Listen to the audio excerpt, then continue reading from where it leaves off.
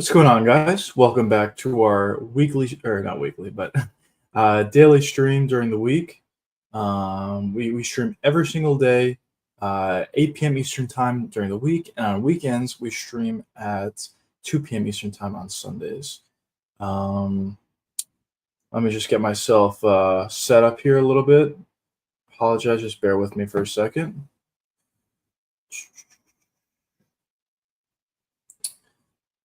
There's definitely some stuff to talk about after our last time that we spoke. So I'll get right into it in a second. Second, please. All right. Okay.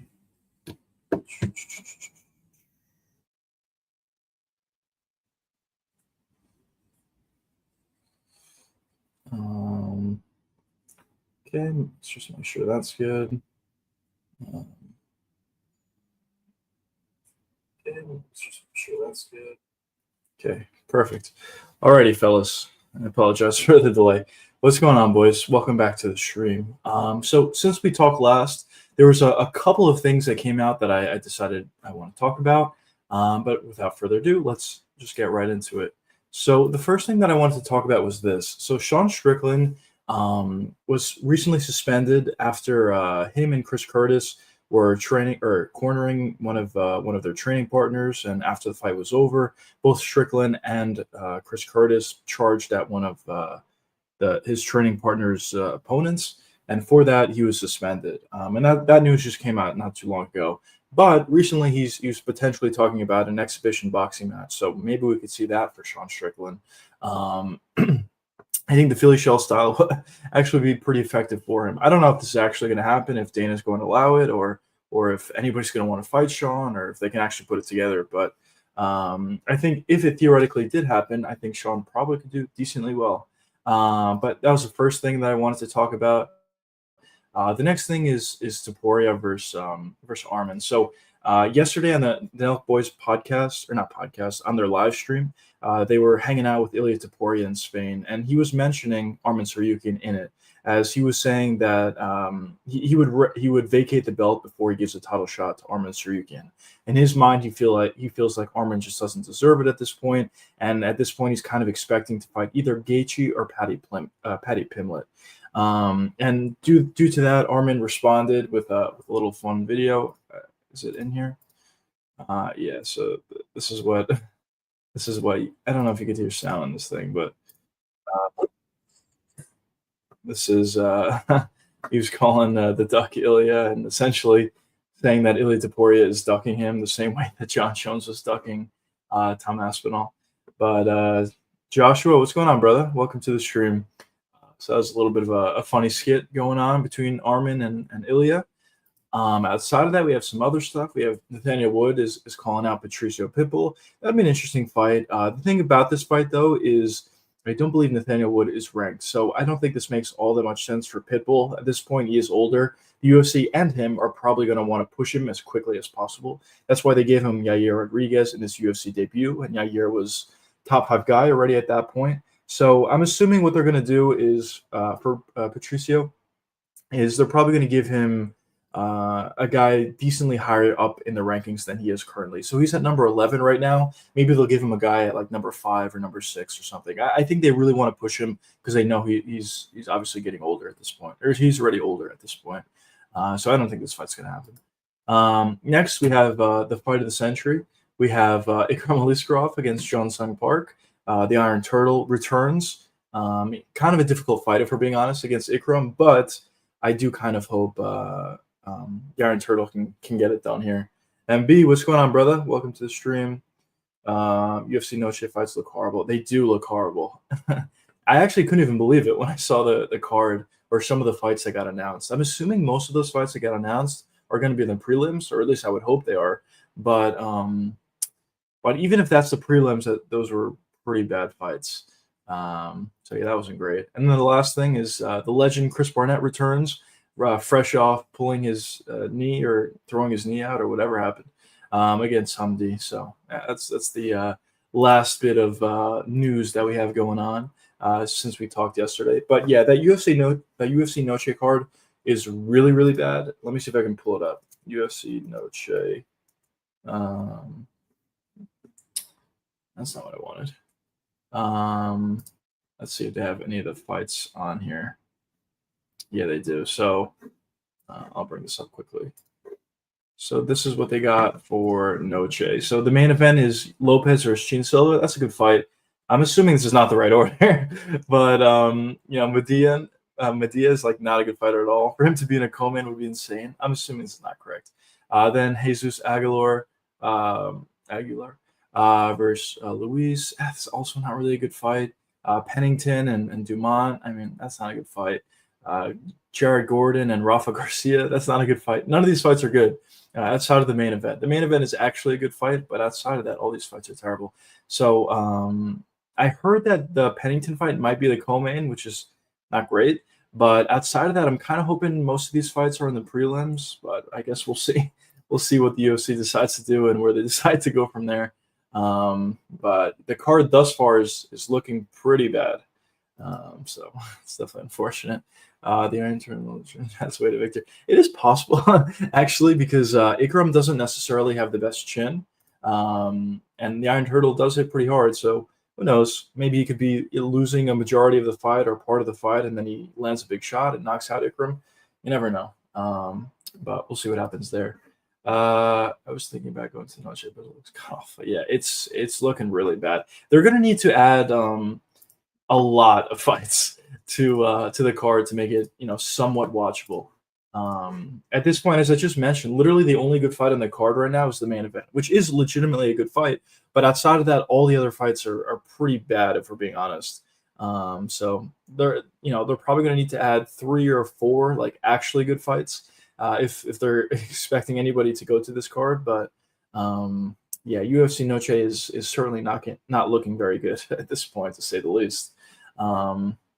But yeah. So outside of that, obviously it is fight week. I know we've talked about this a bunch already, but just to reiterate, RDR versus Robert Whittaker in the main event. It's going to be a good one. I made a video that came out yesterday talking about why I thought RDR was going to win. But listen, on paper, this is probably a winnable fight, or a fight that Whittaker should win. It's just, fights on paper, or guys who are supposed to win on paper, don't always win, obviously, and a lot of times they don't win, actually. So we'll see what happens in this one. I think the awkwardness of RDR is going to be an issue, but we'll see. I could certainly be off.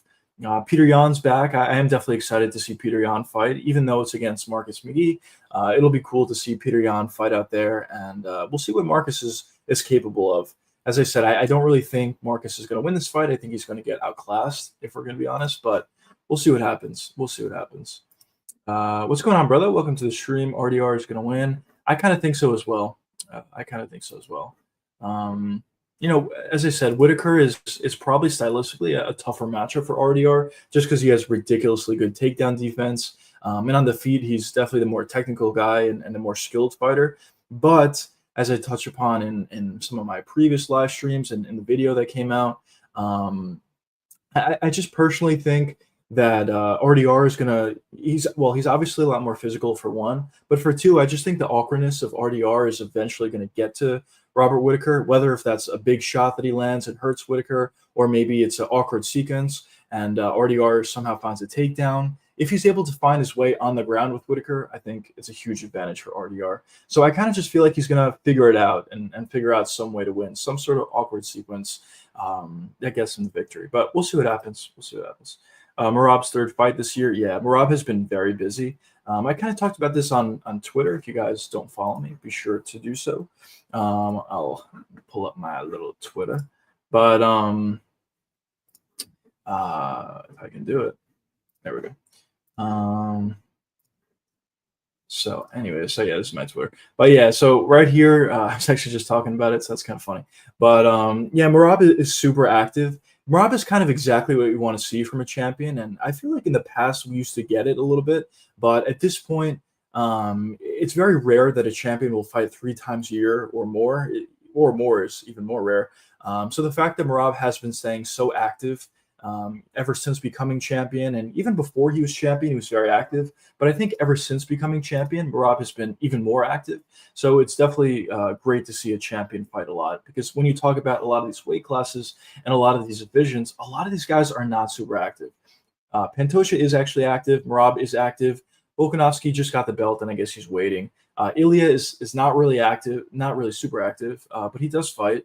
JDM, we'll see how he goes. Dricus has been pretty active, so give credit there. Magomed hasn't been super active, and Tom Aspinall hasn't, but it's not really his fault.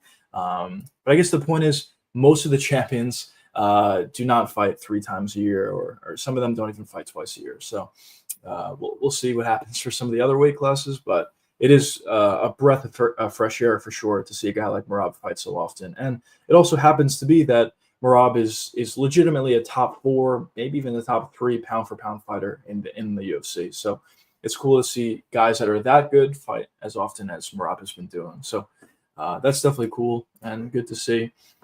But besides Peter Yan and Marcus McGee, we have Marc-Andre Barrio and Shara.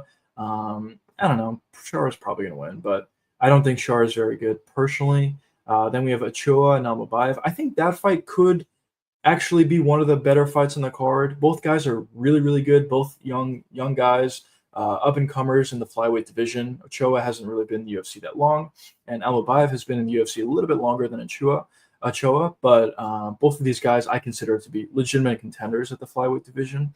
That's also another reason for why I personally think the flyweight division is really good, because you have Pantoja at the top, a really, really dominant champion, and a champion that's very talented, obviously. But outside of that, you have so many different contenders currently at this point: Brandon Moreno, Joshua Van, even Brandon Royval, some other guys as well. Steve Erceg, don't sleep on him yet. But also outside of like the contenders that are there right now, the flyweight division also has prospects that are coming up that are maybe some of them are not even ranked yet, like Ochoa, and I think he's actually a really good fighter. So the flyweight division, in my opinion, is actually like really stacked. But yeah, Steve Erceg fighting a new opponent. Yeah, he is. He's fighting Hung Sung Park, I believe. I actually just made a video about this, which will be coming out on Fight Week for Steve Erceg. But I'm kind of happy about it for Steve.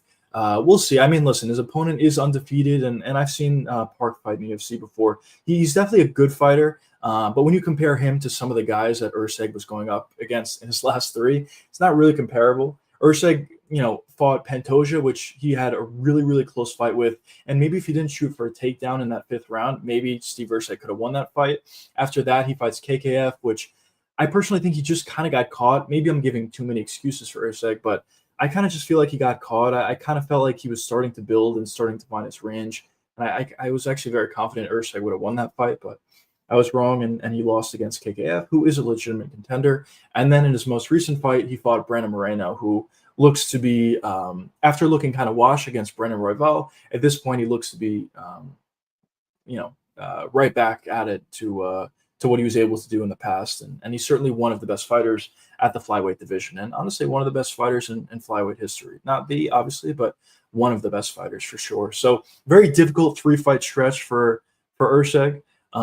So it is nice to see. I am happy. I really was happy about the Alex Perez matchup initially, because I thought that was I don't want to say an easy matchup, but I thought like definitely a winnable matchup for Steve. Now that the opponent changed, maybe the opponent is a little bit more difficult. We'll see how he is. But at the end of the day, I do think Steve still has an advantage over Hung Sung Park, and it is good to see him, just give him a step down in competition a little bit, let him get his confidence back, let him get a couple wins under his belt, and then maybe he can go back to top 5 guys and see where he can go from there. So I am happy for Erceg. Erceg only lost to the former champs. Yeah, I agree. As I said, he did lose to KKF, but I mean, I guess that's kind of the, KKF's game. It's really hard, but I really just feel like he got caught. But before getting caught, I felt like Erceg was starting to build and starting to cut off the cage nicely and find his range. But whatever, it was a short fight, and he got knocked out. So what can you do? But outside of that, yeah, Pantoja, who he almost beat, and Moreno, which the Moreno fight wasn't that close, but still, Moreno is a former champ and a really good fighter. For Erceg, it seems like he's yeah, I agree. I completely agree, Joshua. I do think he's really good. He's got pretty good wrestling. He doesn't use it offensively that much, but we've seen it a couple times versus Costa when he fought him earlier on in his career. And on the feet, this guy is like ridiculously technical. Even against Moreno, he lost, and KKF, that was a short fight. But in that fight, and most importantly, in his fight versus Pantoja, he really showed how good he is on the stand-up. He's very technical. His hands are always exactly where they need to be. All the shots that he throws, he doesn't really overextend at all. He just has a great understanding of striking. There's so many different weapons that he can go to. I think we kind of saw that in the Pantoja fight on the feet. Pantoja was actually having a lot of issues with Steve Erceg on the feet. So I definitely think he's a really, really good striker. And his wrestling is also pretty good, in my opinion. He can stop takedowns. He can offensively wrestle if he wants. So yeah, I do think Erceg is a good fighter. And even in terms of his chin, like I think he actually has a pretty good chin. It's just KKF hits that hard and he got knocked out. But outside of that, we've seen Erceg take a lot of big shots and survive. So yeah, I'm personally still very high on Steve. As I said, I know he lost 3 in a row, but I still think he can do big things. And yeah, I personally think that Steve Erceg is going to be just fine, and he'll be moving throughout the rankings in the near future. But yeah, that's what we got for Steve. And then we have Nikita Krylov versus Guskov. This is probably going to be a finish for either guy. I'm probably leaning with Krylov, but Guskov is a decent striker, and Krylov is very, very open, as we saw him in his last fight against Dominic Reyes. So he could certainly get countered by a good striker. Pantoja should move up after being banned. Yeah, I agree. I would personally love to see Pantoja versus Merab. I mentioned this before. I think Van could beat Pantoja, but it's a difficult test for sure. But let's assume that Pantoja beats Van. I've been saying this for a while, but I always thought that that Pantoja is Merab's like most difficult test, and I thought Merab is Pantoja's most difficult test. So I really would like to see those guys go up against each other. But yeah, I mean, obviously Pantoja doesn't want to move up. He said it multiple times.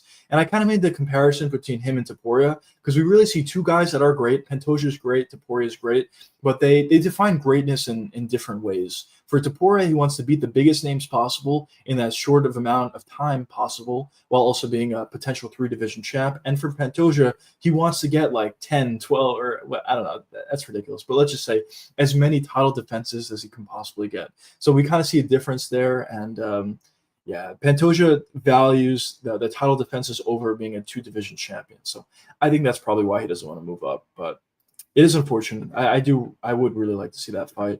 Erceg versus Van would be a good match. Scrambles. That's true, actually. Yeah, if we could ever see Erceg versus Van down the line, which I wouldn't be surprised. They're both pretty young, and they're obviously really good. So I wouldn't be surprised if we ever saw this fight down the road. It would be a really good one for sure.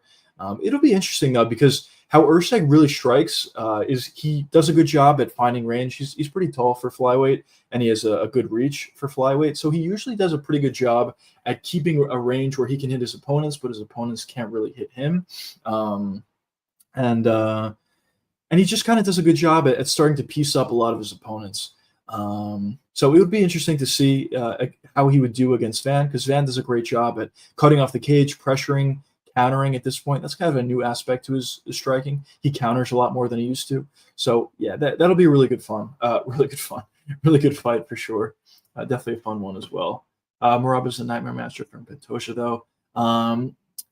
Yeah, I think I probably would agree. They kind of both have aspects that are very difficult for the other guys. So for Pantoja, really what he likes to do is push a pace on the feet, land a bunch of shots, find a takedown, and if he is able to find a takedown, he'll submit you.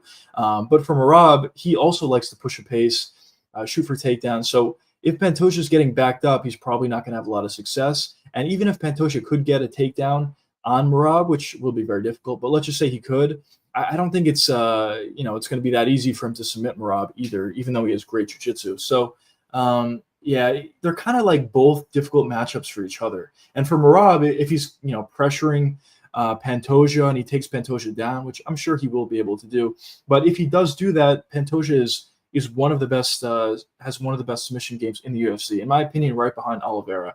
He's that good. or maybe even neck and neck with Oliveira. He is that good. So there's definitely a lot to worry about from Rob if he's a little bit reckless on the ground for potential submissions. So in my opinion, both of these guys are difficult matchups for each other. But yeah. Van has a underrated ground game. I do agree. In terms of Van's wrestling overall, of course, we haven't seen it that much, but it appears to be pretty good. The one thing that we have seen, though, in a couple of his fights, and it looks to be really good, is his takedown defense. Whenever a guy, it doesn't happen too often, but in a couple of occasions where guys went for takedowns against Van, he's shown a really good ability to stop takedowns, or if he does get taken down occasionally, he'll get right back up. The Ray Surya fight is a perfect example of that. As Surya, I can't say this guy's name, but the Japanese guy was he was only shooting for takedowns, and Van was able to stop all of those takedowns. I believe maybe he got taken down once, or maybe he didn't get taken down at all.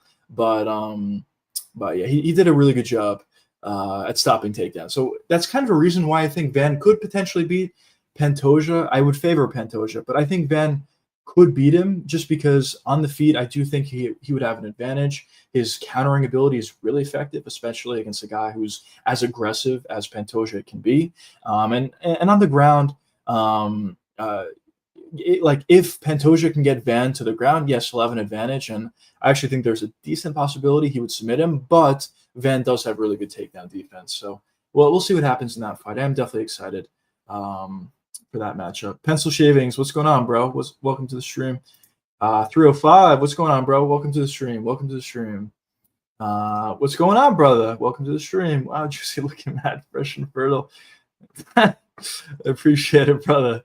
No fish lately, but I appreciate the compliment. But yeah. Here we go. We got some guys over in the kick chat trying to sell me something. I'm good, bro. I'm good, but I know you're gonna try to sell me on your whatever you're gonna sell me on. It's kind of annoying, dude. I stream on YouTube, Kick, and Twitch.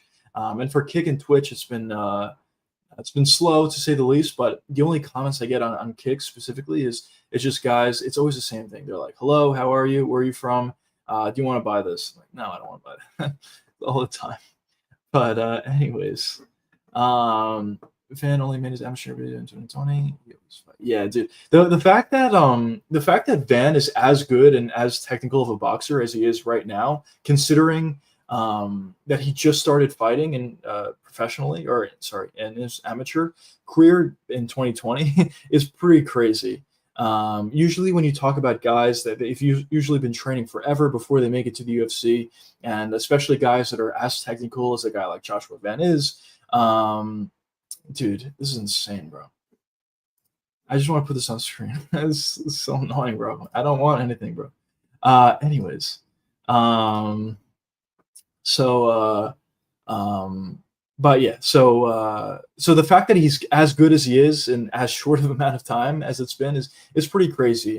This is kind of a weird comparison, to be honest, but Jake Paul used to talk about this all the time. It's like, dude, I'm actually a good boxer because I just started like 5 years ago or 7 years ago, or whatever it's been, and obviously he's made improvements. Obviously, there's no comparison between the two, but what I'm trying to say is Joshua Van is legitimately like a very elite boxer. He's not elite for a guy who just started, 5 years ago. He's an elite boxer for just, the best of the best.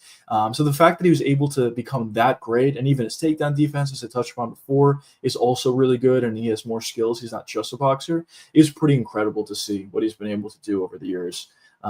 Very few years, honestly. So, yeah. Do you think Van has a chance to become a GOAT? I definitely do think Van is really good. I do think he's really good. I guess it is kind of early to say something like that, but in terms of his game, like, I do think he's going to be good, and I think he's going to be good for a while. As I said, his boxing is really good. He's made some adjustments to his game as well, as at this point he puts a little bit more pop on his shots and he counters a little bit more than he used to, which I think is going to be a net benefit for him going forward. So we'll see how he matches up against Pantoja. As I said, I do favor Pantoja, but at the same time, I think Van is a really tough fight for Pantoja. So we'll see how that plays out.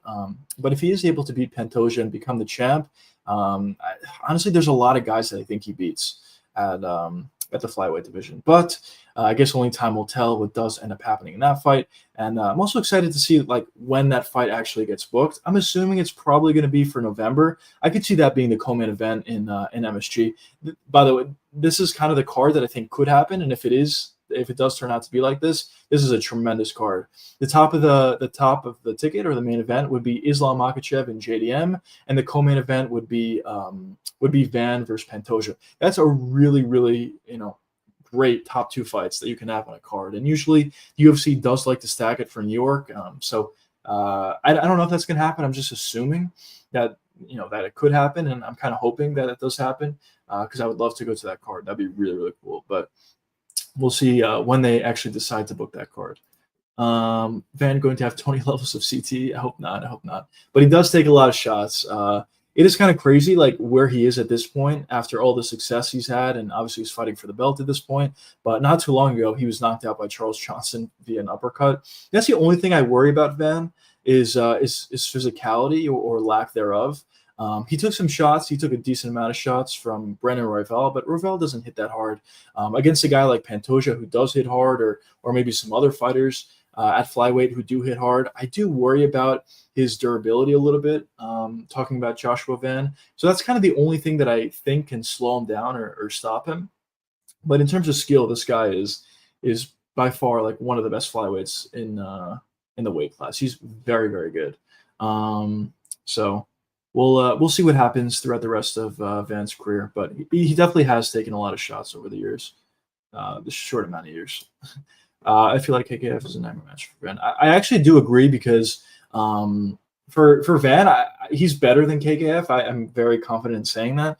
But I also thought Urseg was better than KKF. The thing about KKF is he just hits really hard. I mean, he hits really hard and he has good takedown defense. So for Van in a matchup like that, he's going to need to stay perfect for 5 rounds, assuming it's a title fight or 5-round main event, or even for 3 rounds.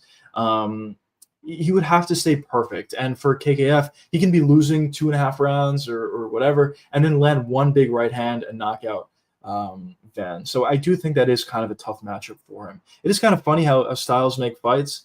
I think there's a lot of guys that do beat KKF. I don't personally think he's that great, but at the same time, I do agree with you. I think he's probably a pretty difficult matchup for Joshua Van, but I guess we'll see. But probably the good news is if Van does beat Pantoja, I don't personally think, or the good news for Van, I should say, is I don't really think KKF is going to be getting a title shot anytime soon. He would really have to rack up the wins to get a title shot against Pantoja, as he just did lose against Van, I should say, as he did just lose against Pantoja. And also, there's a lot of other guys that I think are currently like in the running to fight for the belt, and even some of these younger guys as well. Like Brandon Moreno, I wouldn't be surprised if he got a title shot relatively soon.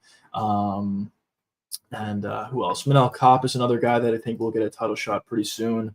Almabayev is a good fighter. Urseg's a good fighter. Kai Sakura, even though he lost to Pantoja, I still think he's a good fighter, obviously. Yeah, there's a lot of guys. There's a lot of guys that I think could potentially compete for the belt. So we'll see. KKF sucks. All power, no skill. Yeah, I mean he has some skill. I guess he could stop takedowns, but for the most part, I think I'd probably agree with you. I don't personally think KKF is that great, and as I said, I really am confident in saying I thought Urseg would have won if he wasn't caught, but obviously that's at the same time that's kind of a ridiculous thing to say. Power is a part of the game, so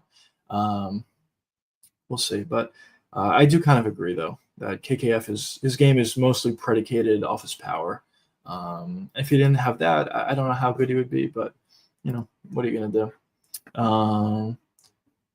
But yeah, there's a lot of interesting things to the flyweight division. How do you think a matchup between what do I want to say? How do you guys think a matchup between Brandon Moreno and Joshua Van would go? That's an interesting fight to me.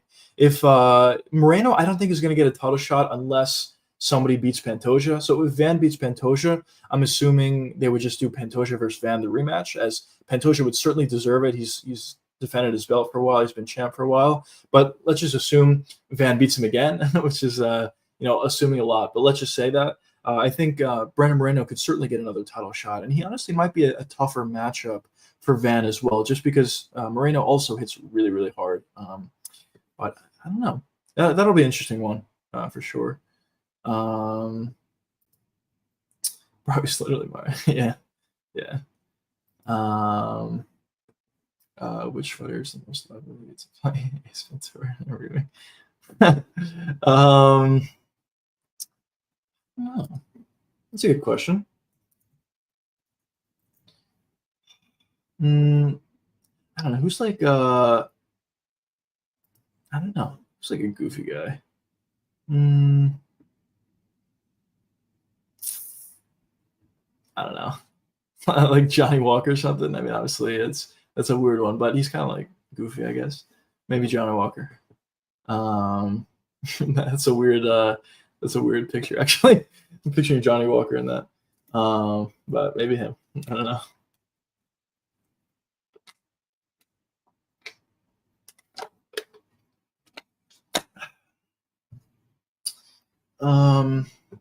But yeah.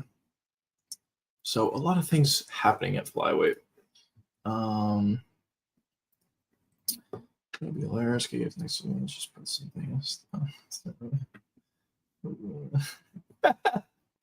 Oh man, dude, I think I don't know. I guess like it's culture or whatever, but it's so like annoying to me. Fucking thing. But that would be funny though. That would be funny. That definitely would be funny. I'm actually kind of curious what would even be next for KKF. To be honest, he just lost to Pantoja for the belt. I don't know. A lot of these other guys already have fights booked. I don't think, for years I've been wanting to see KKF versus Manel Kopp because they have legitimate beef. But it seems like that fight's not going to happen. It seems like there are so many opportunities for that fight to happen, but what are you going to do? What's going on, brother? Welcome to the stream. Never expected this out of Ilia. I'm assuming you're talking about him ducking or potentially ducking Armin.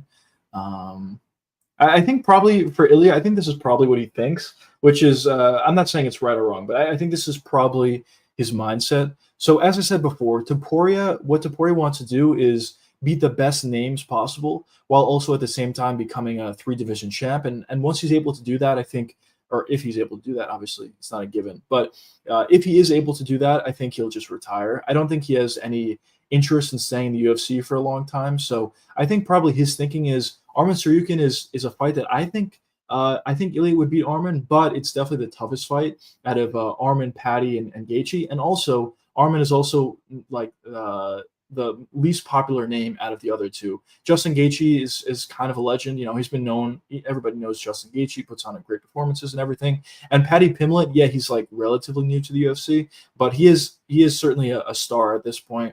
And they have the beef with him and Topuria, so I think that's also added motivation.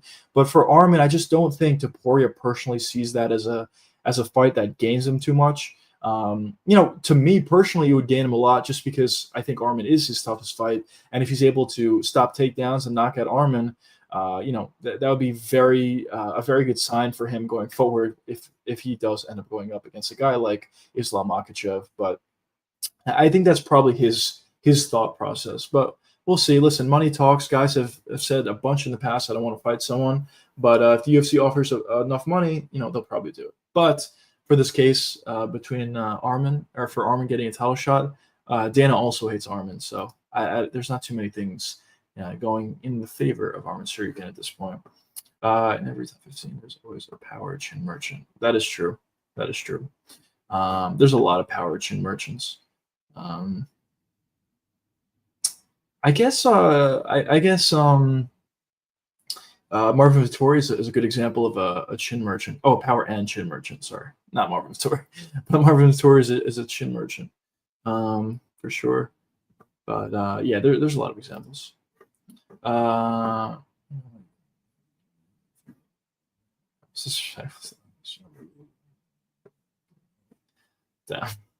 freaking A. Freaking KKF. Not people making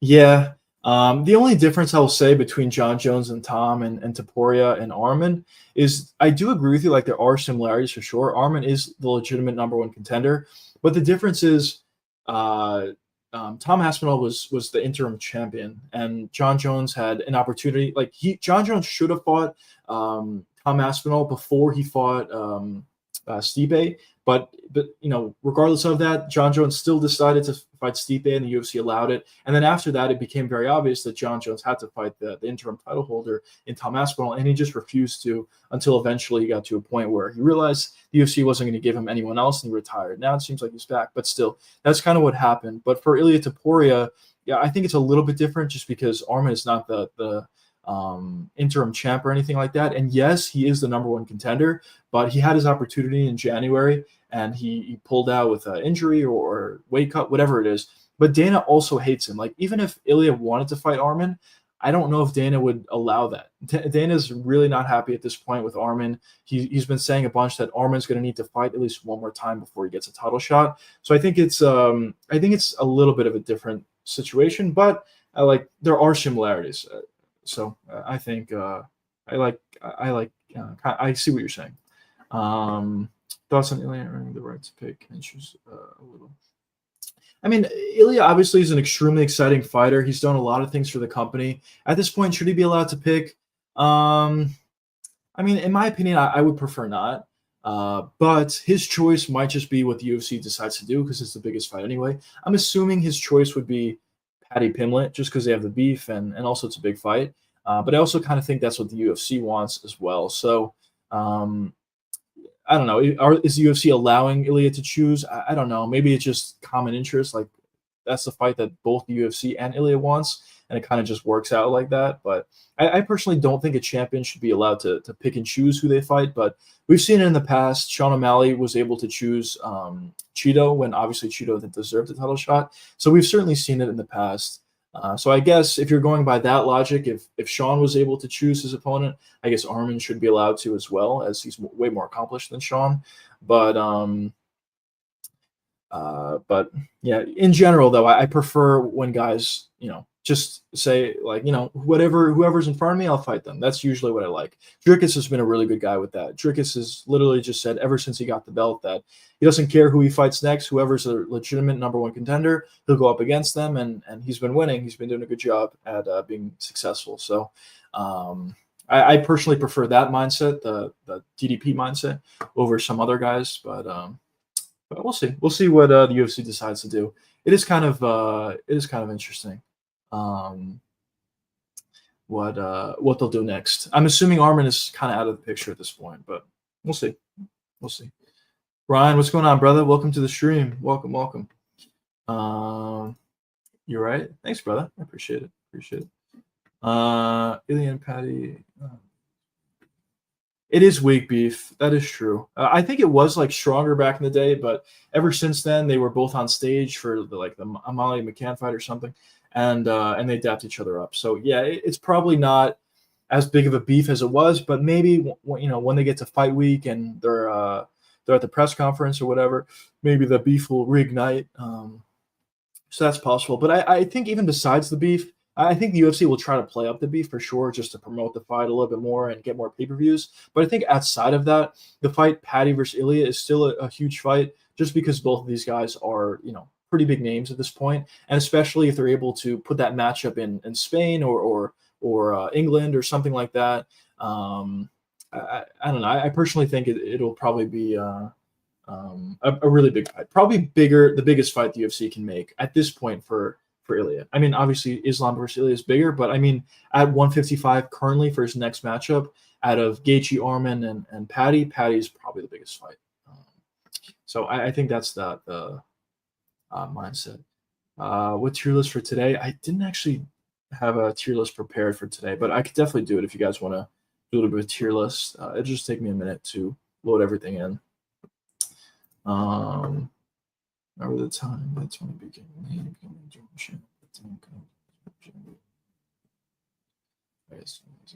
yeah, that's true. That is true. Yeah, that is true. Yeah. Conor, what's kind of crazy about Conor is he's never defended a belt. It's pretty crazy, actually. But I guess he really didn't need to.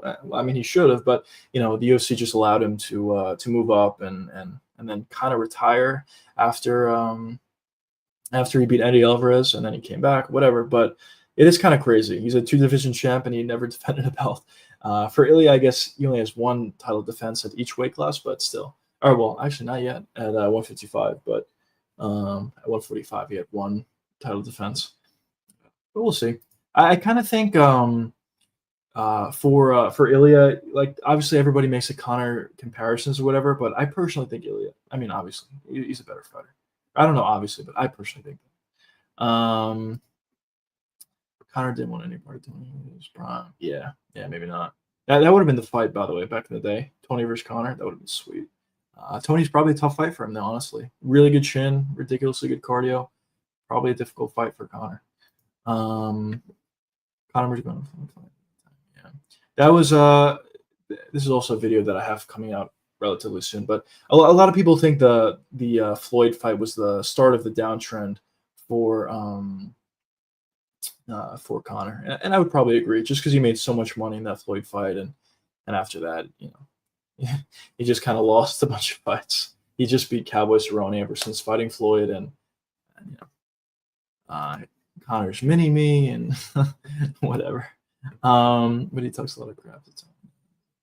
So, yeah. In fairness, I don't know why Tony's still fighting. I know he's talking about guys saying like, oh, everyone's saying that I'm washed up, but it's just adding fuel to my fire, and I'm going to prove everybody wrong or whatever. But listen, I mean, I guess I'm happy for Tony that he's making money, but dude, that guy does not need to take more damage. I really feel like Tony should just. I mean, I guess he already signed the fight, so it's going to happen. But I really just feel like that guy should just not fight anymore. But we'll see. I'm rooting for Tony, but I kind of think he's going to get knocked out by Salt Poffy. What kind of timeline is this? Conor Nakataki came back to fight Khabib. He did come back to fight Khabib. He definitely did. And that was August when he fell Floyd.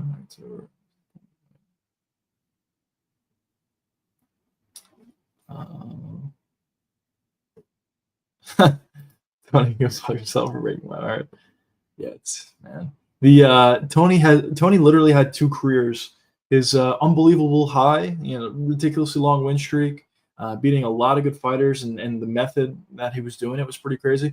And then his second career, he lost like a million fights in a row, and now he's fighting Salt Poppy. Somebody brought this up to me the other day, and I think it's actually like kind of a pretty crazy comparison. If you look at Max Holloway and you look at Tony Ferguson, they're kind of, it's like very interesting to see how both of those guys' career panned out. For Max Holloway, like you would probably consider Max not to be in his prime anymore, but in my opinion, I think Max is probably the best fighter he's ever been, because he's done a good job at adapting. Earlier on in his career, Max would do, he'll just throw a million punch combination, pressure his opponents, outwork his opponents, and he had such a great chin that, yes, he's going to take a lot of shots, but it didn't really matter. But at this point, ever since, Max has been getting older, he's done a great job at adjusting his game, because his chin is still good, but I don't think his chin's as good as it used to be. He did get dropped and hurt badly by Dustin, which is not saying, it's not saying anything super negative. Dustin does hit hard, but I just believe in the past, like, Max probably would be able to take some of those shots. So, I guess the point that I'm trying to make is, as Max has been progressing, in his career, he's done a really good job in making adjustments. But when you look at Tony, when Tony was in his prime, he was amazing because he was very physical. He had ridiculously good cardio. His chin was great. But ever since he started to get older and he's less athletic than he used to be, less fast than he used to be, he didn't really make adjustments. And that's really why I think we saw the ridiculous highs when he was in his prime, but also the ridiculous lows when he went on a million fight losing streak. And now he's fighting Salt Poppy. He just really never made that adjustment. His game was always predicated off athleticism and cardio and a great chin and movement and all that. But ever since he's gotten older and he's taken a beating from Gaethje and taken the front kick from Chandler, it just feels like, I mean, his chin is still like not that bad, ironically enough, but his movement is just not the same as it was previous. And because of that, he's just not nearly as an effective of a fighter as he used to be. So I thought that comparison was kind of interesting. And for Tony, I guess he should have made adjustments, but it's easy for me to say at this point. But yeah, particularly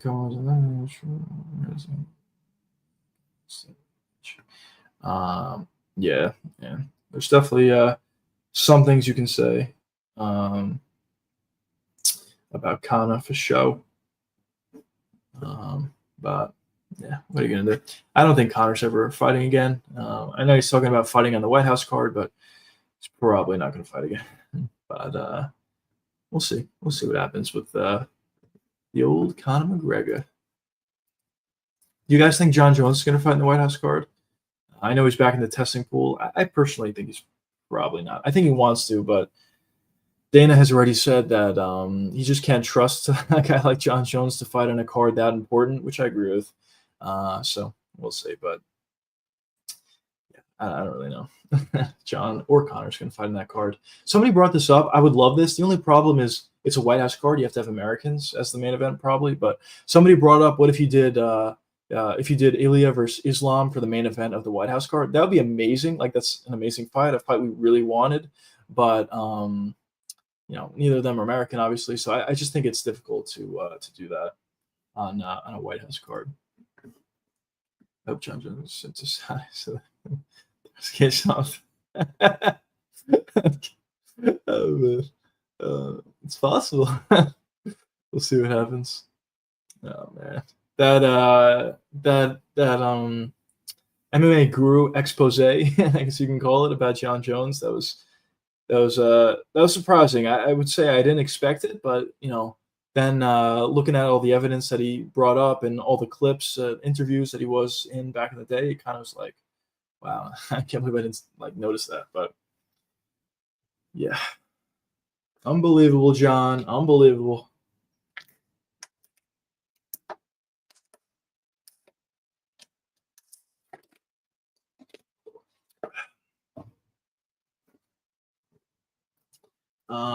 But anyways, so yeah, so talking about this week's card, once again, then we have Bryce Mitchell and Saeed Nurmagomedov. It's a good one. Bryce is looking to be in really good shape for 135. We'll see how it pans out. A lot of times when guys move down a weight class, you do worry about how they'll be able to deal with the faster guys at that lower weight class. So we'll see how Bryce is able to do. And he is going up against a guy who is really fast in Nurmagomedov, and is a guy that is very explosive. So we'll see how Bryce deals with it. But in my opinion, I think 135 is going to be a good weight class for Bryce. I just thought he was not small for 145, but he just wasn't that physical for 145. So moving down to 135, assuming that it's not too big of a weight cut, which I don't think it would be. He's not like that muscle bound at all. I think it'll be a good home for Bryce Mitchell. But we'll see. I feel like I'm wrong. Where is it?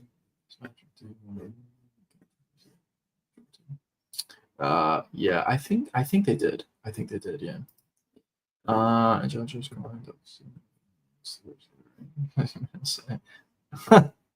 that's a common thing. Do you guys think Alex Pereira was actually hacked when he was like, "Oh, I was pissed"? I don't think so. I think probably what happened, a lot of guys like say something and they'll be like, "Oh, I was hacked," but maybe sometimes it's true. But I think in the case of that Alex Pereira thing back in the day, like a few months ago, when he said, "I'm really disappointed in the UFC" or whatever he said, I don't think he was hacked. He was 100% not hacked. Yeah, I agree with you. I don't think he was. I think probably what happened was the UFC was offering the fight to Pereira. Then Pereira said he wanted more time and he needed to sit out a little bit longer. So the UFC is like, all right, we're going to offer it to somebody else. And they offered it to Yuri, I'm assuming. But I think Yuri declined it. But I'm assuming they offered it to Yuri, and Pereira wasn't happy about it because, he saved the UFC so many times. And, he's been a big part of the company over the last few years. And, he also had a lot of title defenses. Obviously, he would deserve an immediate rematch. But because of that, I think he was pissed. He put out that tweet. And the UFC is like, all right, Yuri declined anyway, so we'll just give you the next shot. And so, yeah, I think he's probably wasn't out. Alex Pereira was not out. Not too specific. Yeah, that is way too specific. That is like a weird thing. Like, if someone's gonna hack someone, they're probably gonna like push a meme coin or say something like outrageous, like I don't want to say it out loud, but like what somebody tweeted on Kamaru Usman's account about Conor back in the day, if you guys remember that. So that's like an obvious hacking, something like that. But saying like, oh, I'm just disappointed with the UFC. I've done so much for the company and whatever. It's like too specific. Why would you hack somebody to say that? So yeah, most likely he wasn't hacked.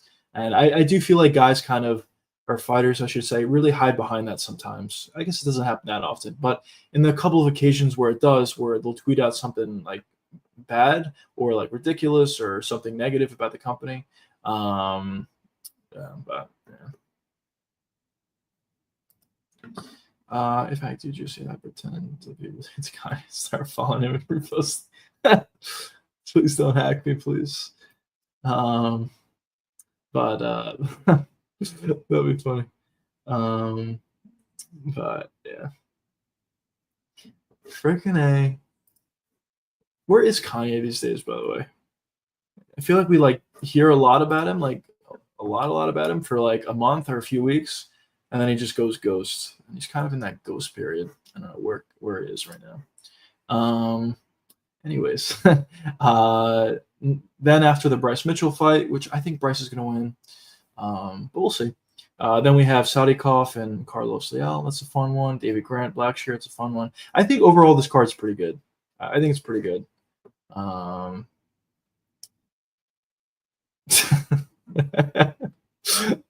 Very nice. Very nice. We'll see what Connor's up to. Or Connor. I don't know why I say Connor. Kanye's up to. But yeah, as I said, I think this card is pretty good overall. It would have been really, really good if we had Mosar and Pico still on this card, but regardless of that, I still think the card is fun. It's good. I've kind of complained about this on the last few cards, but this card, the Abu Dhabi card specifically, actually has like fun fights, and they also have meaningful fights. Like the main event is like a legitimate, meaningful fight.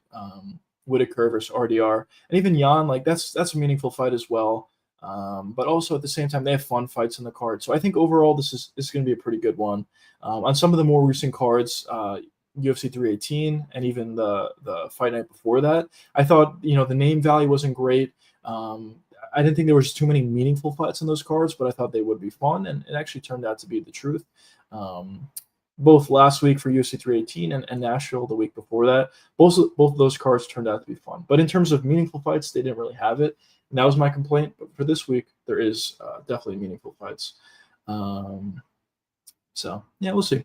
I'm definitely excited. It's going to be an earlier card. By the way, I don't know if I mentioned it before, but I will be doing a little bit of a fight companion, a watch along for that entire card. So it's an earlier one. So I'll start streaming at 12 p.m. Eastern time. That's when the prelims start, and it'll probably be going until, I don't know, like 6 or something like that. So we'll be streaming the whole thing. We've done it before actually for I don't think it was Abu Dhabi. I don't remember where it was, but when Roundtree or that was not Abu Dhabi. That was Macau, when Khalil Roundtree and Jamal Hill fought. We live streamed the entire card. It was a fun time. So we will be doing that again for sure this weekend. So be sure to be there if you guys are interested. But yeah, we kind of have to. So this card's good, but the next 2 weeks are not good. We're going back to the Apex, which it's been a while since we were back in the Apex, which is a good thing. But we'll see. We'll see what happens with those cards. But Yuri fights Ankh next. Yeah, I'm really going back and forth in that fight. I think I lean, like initially my initial thought was, I don't really know, but I kind of leaned Roundtree actually. Then I was like, all right, probably Yuri's going to win because of his pressure, and he just hits so ridiculously hard. And it's going to be tough for Roundtree to stay safe for 5 rounds, or I think it's 3 rounds. It's going to be tough for him to stay safe for 3 rounds when Yuri's throwing all these wild, crazy shots at you. But then I'm like, I don't know. I'm just going back and forth. Roundtree is a lot more technical and he has good power. So I don't know. I'm going back and forth, but probably I lean Yuri at this point. But my mind's like continuously changing on that. Man, that was a great card at the time. The Hood came to Azerbaijan. Yeah, that actually was like a really, really good card. The main event, I know a lot of people were complaining. I didn't think it was that bad. It was a little bit of a slower pace fight in the main event, Roundtree and Jamal Hill, but it was certainly a domination by Roundtree. So I thought the main event was good. Fiziev and Bahamundes, I thought that was fine. It was a relatively fun fight. Also, not too much action, I guess, but I thought it was fine. Curtis Blades versus Kuniev was not a great fight.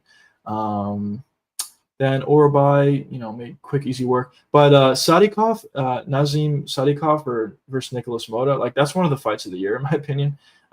Probably the fight of the year at this point would be Van versus Royval. I think that's the fight of the year. But Nazim versus Nicholas Moda was like also ridiculously good. Moda almost finished Nazim in the first round. Then Nazim comes back in the second round and finishes him. So that was pretty crazy to see. That's actually a huge reason why I'm so high on Nazim. His hardware is just like unbelievably great. He can take shots really well. He has great survivability, and he just hits really hard. We've seen it in a lot of his fights. A guy like Moda has a really good chin and has shown the ability to take a lot of shots, and Nazim was able to finish him. There's been a couple other examples where Nazim has shown a really good ability to hit hard. So I'm personally high on him. Moda didn't even wrap his hands. He didn't wrap his hands for that fight. That's weird. Well, yeah. So I guess that would be an advantage for him. He'll hit harder a little bit, but also he could break his hands. But that's weird. I'm surprised they allowed that.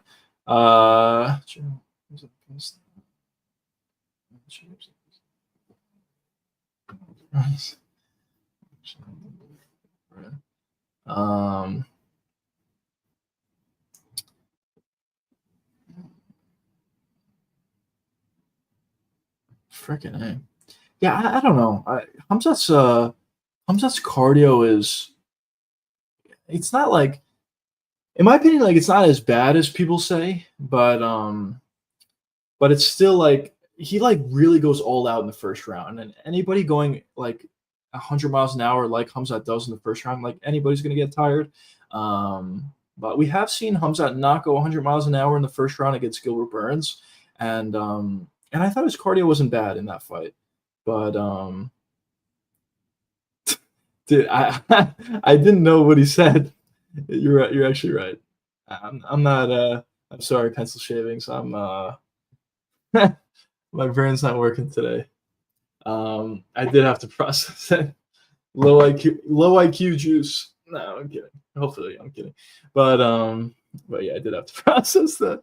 But anyway, so his cardio is like, I actually don't think Hamzat's cardio is that bad. It's just he goes 100 miles an hour in the first round, and anybody that does that is probably going to guess out as the fight does progress.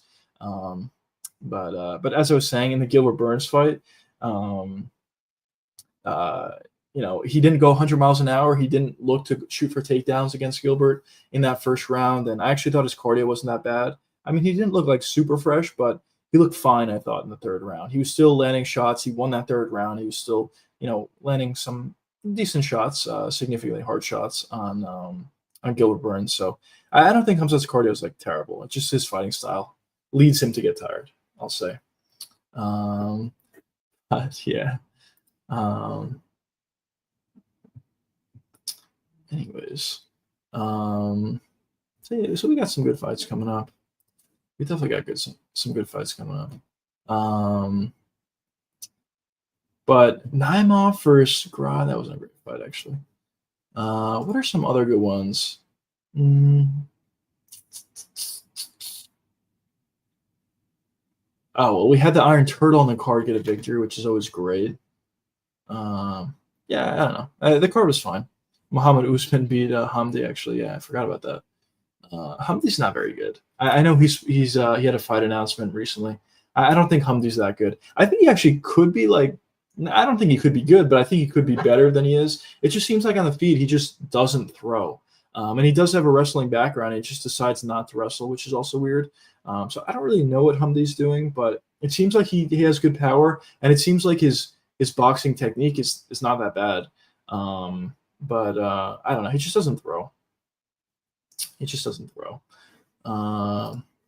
MB, Juicy start training MMA. I know. I have to. What's holding me back, Chad? I don't know. I keep saying it. It's probably annoying because I keep saying like, oh, I got to do it. I just never do it. But yeah. I just gotta do it. I don't know. How much is it usually to train per month? Like $100, 120, something like that. Um, yeah, it's not even like that bad.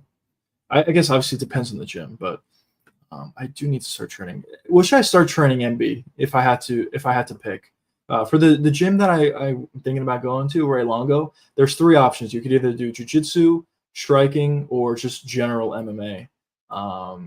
So I don't know. Should I just do? I have no experience at all, so I don't know if it's better to start with one, focus on that and make improvements there, and then move on to something else, or just do general MMA. I don't know. I will see. TTJ like Cody Garbran's a good match for Rob. What the fuck's he talking about? Yeah, I don't know. Cody Garbran's a good match for Rob. Like, I actually kind of see what he's saying. Like, Merab was most likely gonna win, but I kind of see what he's saying just because Cody. I mean, I was gonna say a word I probably can't say on stream, but Cody is like not smart. Let's say that. He's not a smart fighter out there, but in terms of like the actual skills that he has, he's really fast. He has good power. And he has great takedown defense, like very, very good takedown defense. So I guess from that perspective, I kind of see what he's saying. But at the same time, Merab is a pretty cerebral fighter out there, as maybe some fights it doesn't seem like that, but he actually is. And Cody's the opposite of that. So even if Cody's able to stop takedowns early, I think eventually Merab will be able to find takedowns and tire out Cody and get a victory. There's going to be some sort of dumb mistake that Cody makes in the fight, and he'll probably lose. But in terms of, as I said, in terms of his skill, I actually think like he does have like decent skill to potentially compete against Merab, but Merab's probably going to win. What weight class would you fight at? So I think it's either 170 or 155. There's a possibility I could make 155. So I don't know how much weight guys usually cut for those weight classes. I walk around like when I was in good shape. At this point, I'm getting in better shape, but I'm not there yet. But when I was in like the best shape of my life, I was at 185. So walking around 185, like are there guys at 155 that walk around at 185? Probably. So maybe I could make 155. But the cut to 170 would be a lot easier. MB says jiu-jitsu. Yeah, I don't mind training. And then 305 says kickboxing. What should I do, boys? Now I'm confused. I don't know. Yeah, I think it'd be fun, like either one. I have a friend. So I have a couple friends that train. Actually, 3 friends that train. So one used to train, he used to do jujitsu, and he said it was a great time, but I don't know why he stopped, but he stopped for whatever reason. Then I have a friend that trains at Ray Longo's, 2 friends actually, that train at Ray Longo's, and I believe they either do general MMA or they just do striking. I don't know what they do, but he also said it was a good time. One of my friends actually was sparring against, what's his face, bro? Of course, I forgot his name. What's his face, man? Ray. It's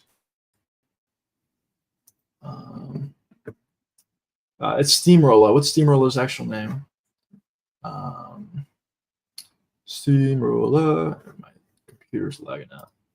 What the hell's this guy's name, bro? I can't remember it. Is that even coming up on the page?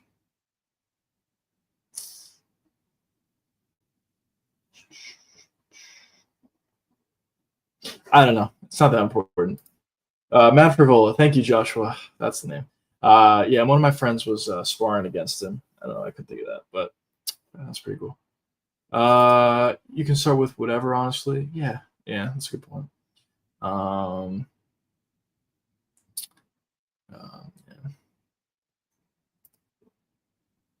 Corey's as hard as we were gonna say. Yeah, I was.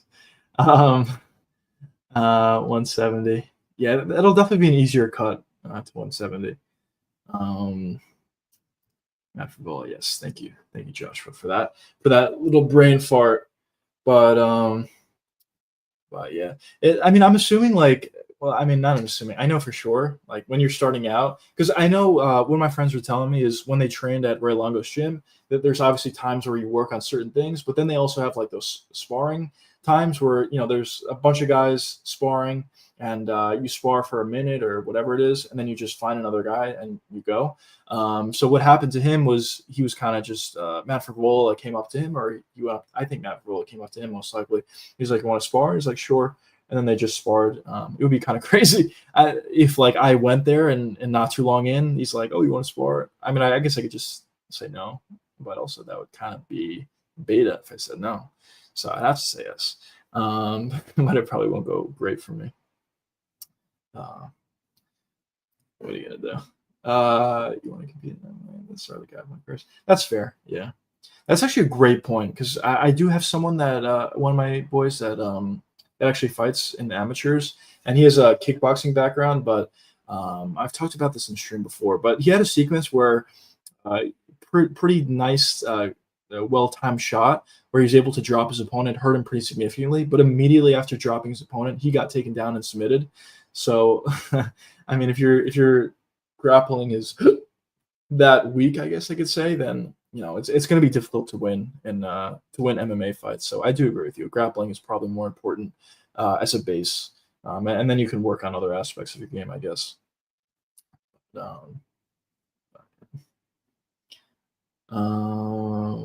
You probably shouldn't. He kind of is a glass cannon. That fight against BSD, I always thought it was weird. BSD does hit really hard, and especially at that point when he was making his come up, I thought he was actually a good fighter. And at this point, maybe I'm wrong, but I kind of feel like BSD is still a good fighter. But anyways, when BSD was able to land that head kick on Frivola and he went out as badly as it did, I thought it was like pretty weird. Just because Frivola landed with his feet, like with his foot. He didn't land with the shin or anything. And Frivola went out like badly. So I thought that was weird. And in his last fight, he got knocked out by a guy who I don't think has any finishes in the UFC before that. And he went out cold as well. So yeah, he hits really hard, but his chin is just not great to say the least. Imagine I chinned him in sparring. I mean, I'm assuming it's not hard sparring, but still, that'd be kind of funny if I land like a jab or something and he goes out. I probably wouldn't get invited back to the gym if I did that, but I don't think I'd be able to anyway. But yeah, freaking Matt Frivola, unbelievable.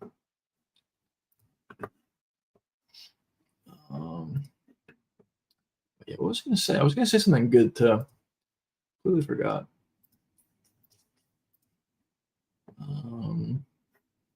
Did they announce the co-main event for 319 yet? I don't think so, right? I'm assuming it's going to be Pico and Mofsar, but I think they announced it, which is kind of weird. Why would they just announce it? But we'll see. We'll see. I'm so excited for that card. It's going to be fun. But it's unfortunate. I didn't actually know like when I booked it initially, but I'm going on a trip like on the day of 319. I'll be like, I'm not going to be flying when the card's going on, luckily, but I'm going to have to figure out how to watch it from there. But what are you going to do? What are you going to do? Yeah, do we got anything of significance, any news or anything that came out ever since we started streaming here? Let's see. No, nothing at all. Are you guys surprised that Chris Barnett's still in the UFC? Kind of surprised he's still in the UFC, to be honest, just because it's just not really good. He had like a spinning wheel kick, really impressive. He's really athletic. He's just like way too fat. So how's the turtles in the tree rankings? How's the turtles in the tree rankings? Is that a YouTuber or something? I don't know. Turtle. What does that mean? My brain's not working today. I apologize. Does anyone know what that means? Or am I just dumb?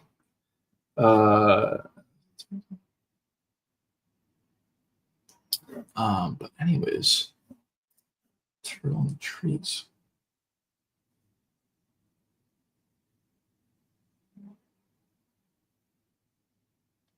Um, but yeah. So we'll see how they end out the year. I think Volk's going to fight this year again against the winner of Mosar and Pico, or you think they're going to take a little bit more time? Money Mike me, remember. It's completely going over my head. I apologize. Oh, Money Mike. Oh, okay. That completely went over my head. I apologize. Yeah. Not great tonight. Not great tonight. But, what do we got? The good old Twitter. Oh, this is interesting. Fight odds. Ooh, speaking of fight odds, we should do what's it called? Bets for this upcoming week. Bets that I like. Join me, boys. Join me. Let's see. So, plays that I like for this week. Max bet right here, $1 million. Let's see. If we put down $1 million, how much do we win? All right, we can't do it. No. If you did MMA, I guess Juicy. I guess Juicy, just because that's been my nickname forever. But I guess it's kind of a weird nickname for an MMA fighter, right? But I guess I don't know. I don't really have any other nicknames or anything, or anything that I could think of.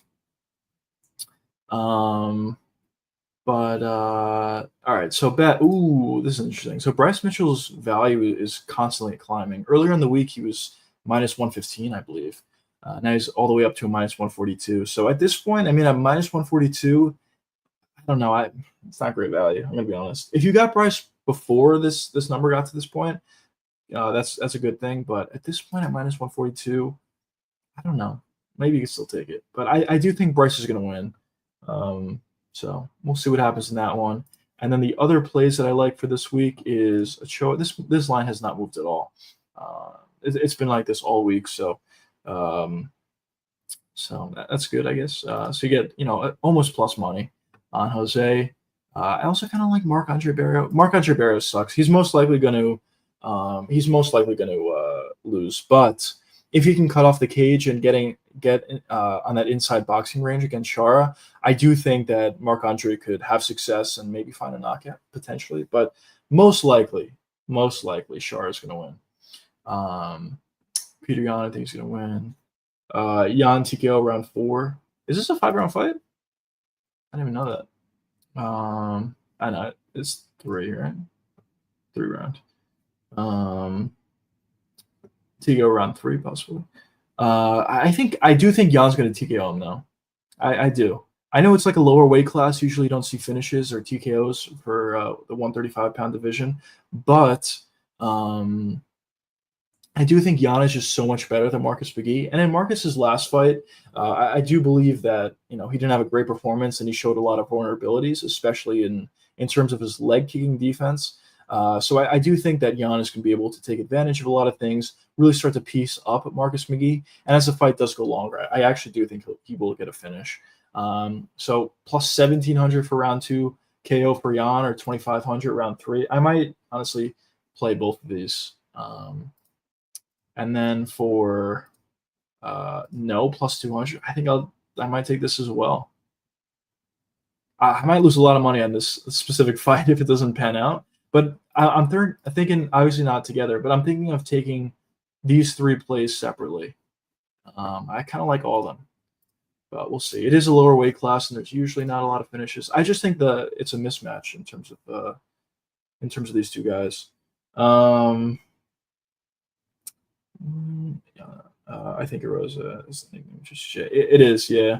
One thing that I saw online that I thought was tremendous is when Julian Erosa just throws a bunch of shots and pressures his opponents, and he'll take a lot of shots, but he'll throw a lot of shots at the same time. I saw someone on Twitter called the Juicy Verse. I thought it was pretty funny. But did you guys see this?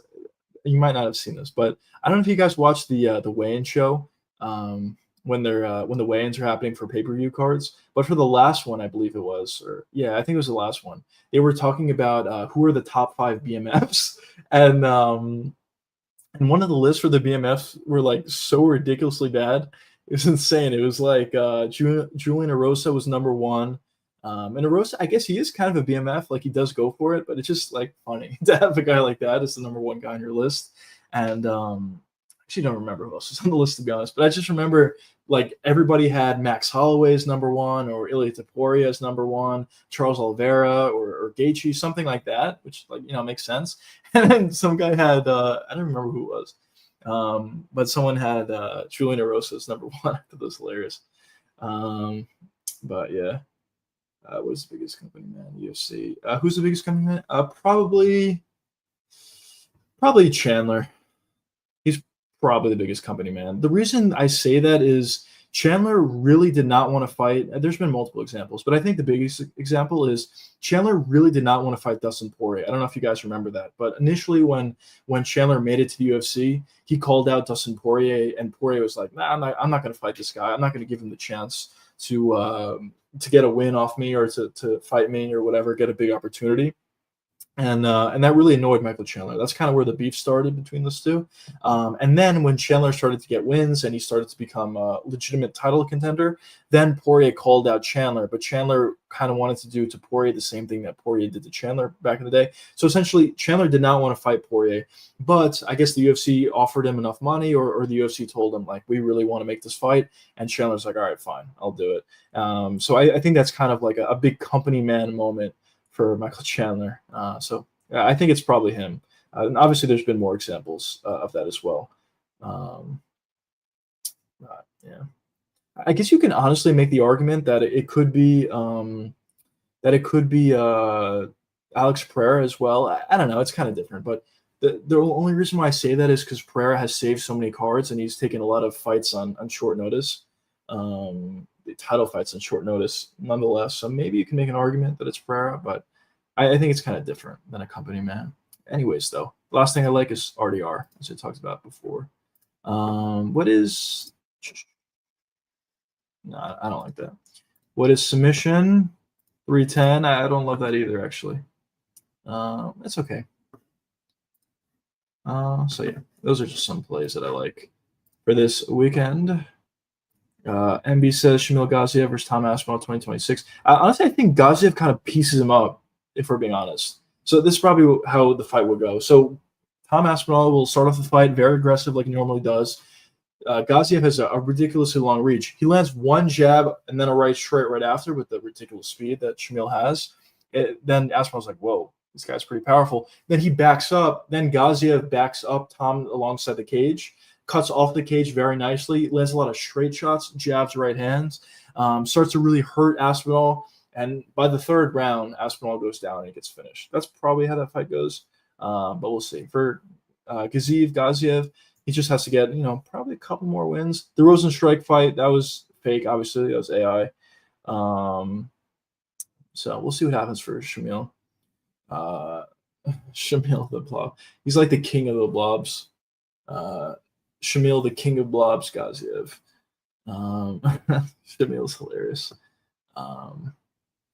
It is so crazy to me, though, like, not to pick on Gaziev specifically, but it is crazy to me how there's so many blobs in the heavyweight division. Like, these guys literally fight for a living. Maybe, like, look to get in shape. You'll have such a big advantage over these other guys. These blobs, like, they don't move fast. Yeah, I'm sure they hit hard, but they don't move fast. And I don't know. I don't know. It's just like so weird to me. These guys literally get paid to fight for a living. Like, this is their living. Get in shape. You'll have an advantage over your opponents. I think actually that's a huge reason for why Tom is so good. Tom also happens to have a lot of skill, but he's just so much faster than everybody else. It's like Tom, Gone, and like that's it. There's some other guys that are decently fast, but that's really it.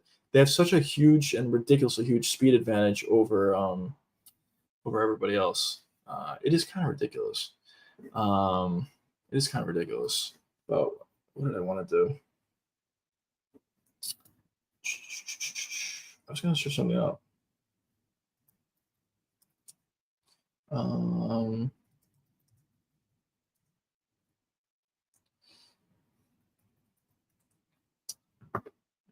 I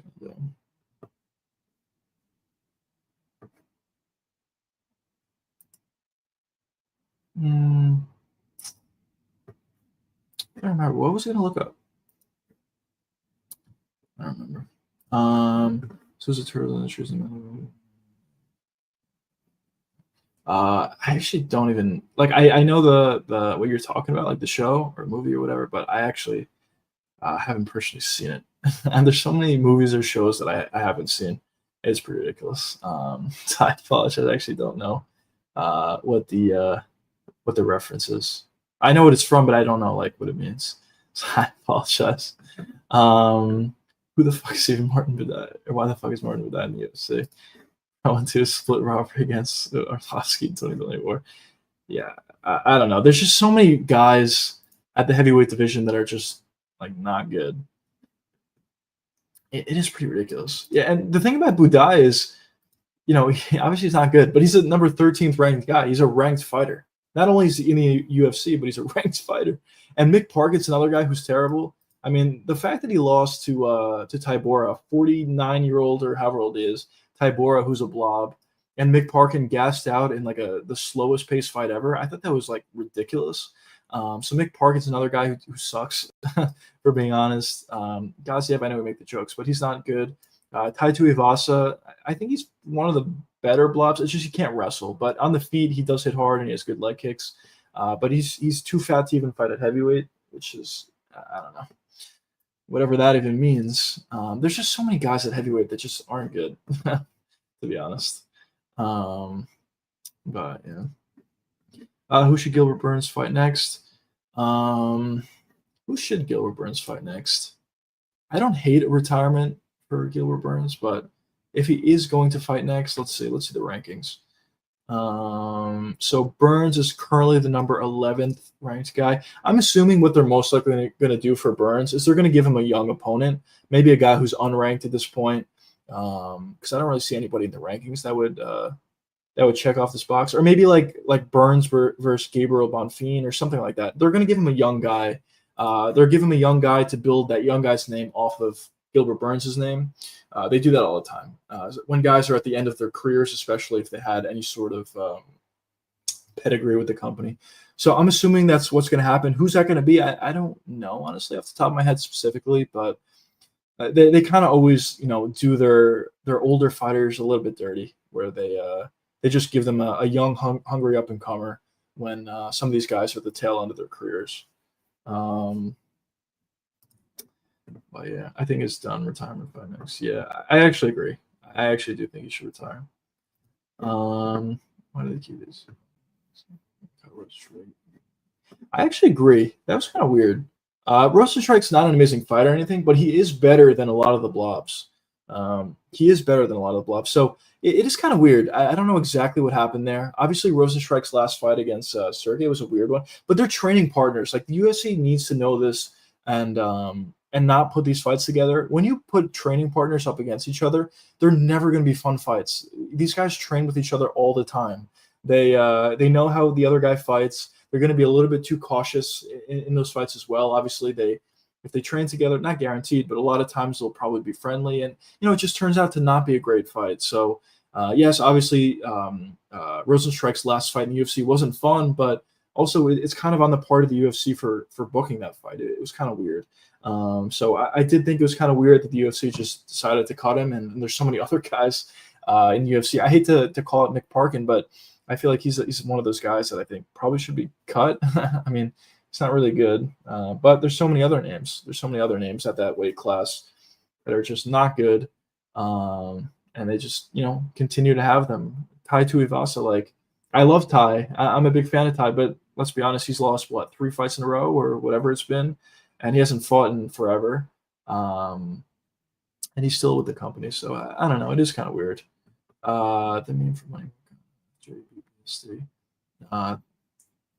The meme for Money Moicano after he beat BSD? What was the meme for Money Moicano after he beat BSD? I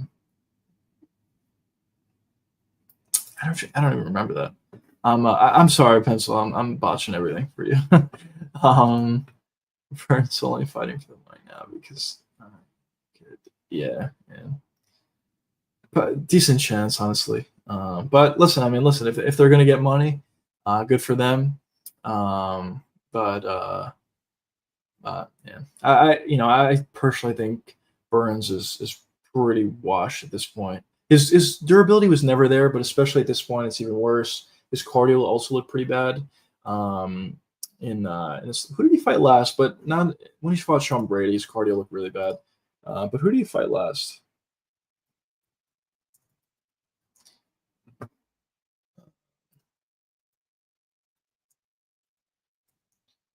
He fought Michael Morales, where he got KO'd in the first round. That's Yeah, Michael Morales is actually a perfect example of a fight the UFC would put for a guy like Gilbert. Michael Morales is a guy they're trying to build. They're trying to build his name. Gilbert Burns is an older guy at the end of his career where he had a relatively big name, and the UFC just wants Michael Morales to knock him out early and build his name. It's kind of exactly what happened. So I guess UFC got what they wanted. Um, but yeah, Gilbert is essentially done. Gilbert Burns versus D-Rod. That's an interesting one. I personally don't think D-Rod's that good. I was so surprised that he beat Kevin Holland, but he did surprise me. So, yeah, I guess you could do that. Sure, sure. I just feel like they're going to give him a young guy and try to build their name off it. Uh, but I'm looking this up for pencil shavings. Does anybody in chat know what the Moicano meme was after he beat him? After he beat BST? I'm going to see that. I probably know it. I'm just forgetting about it.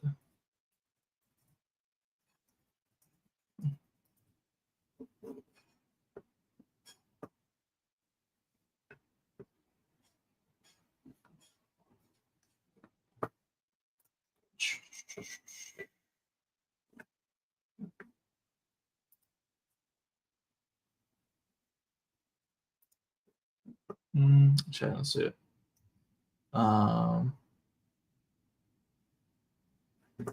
That he like can't financially afford to lose. Was it that?